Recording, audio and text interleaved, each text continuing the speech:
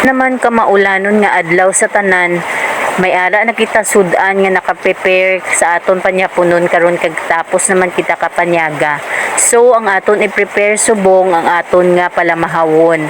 May ari ako diri sang isa ka sipi nga saging nga saba.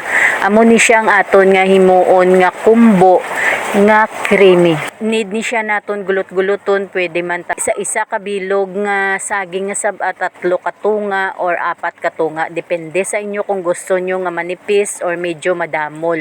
So ang dismaya lang sa ako no, kay may ara ako tani video nga paano ko gipakita ang pag-process ang akon nga pagbutang sang akon nga angel cream dinsada sa akon nga mixture nga saging nga ginbutangan ko sang all-purpose flour nga may kalamay nga brown sugar kag may ara siya nga food coloring.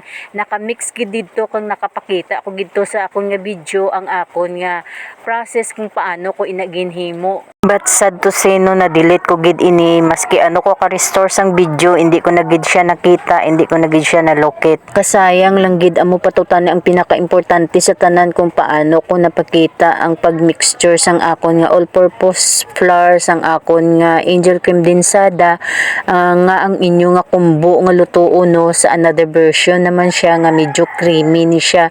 Pwede man na ninyo butangan sang all-purpose cream kay mas mananam pag gina siya kung butangan pag ninyo sang cheese, mas creamy na gid siya kaayo. So ipakita ko na lang ang akon nga mga ingredients diri para masunod ninyo or gusto ninyo nga mag-try o kung magluto sini nga kanamit gid siya.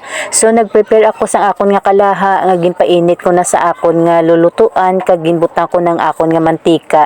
Ang aton nga mantika no, kinahanglan naton ang aton nga mantika nga kadamo kay nga aton na da siya nga pituhon ang aton kumbo nga ready na siya sa tanan nga mixture no. Kag gin-try ko nang saburan kanamit gid siya kaayo kay ka creamy gid sang iya nga sabor. Mabutang kamo sa kalamay, hindi gid siya tama gid kadamo kay para hindi siya tamis gid kayo, insaktuhan lang nga para ang sabor sang aton nga angel cream dinsada. Let's start and begin sa aton nga pagprito. Ginbutang na naton ang aton nga hilaw pang saging no nga may mixture na tanan sa kutsara or sa lapad na siya nga luwag naton nga ginbutang, or pwede man may suludlan kamo nga plastic na siya bala nga pinggan nga gamay or platito, amo na siya inyo butangan. Pwede na da siya 3 ka bilog or 4 nga imo ibutang, ihantal mo na siya para magpasunod ina siya kag butangan mo da sang imo nga mixture kag amo na siya ibutang mo sa imo nga kalaha nga may mantika kag isa-isahon prito.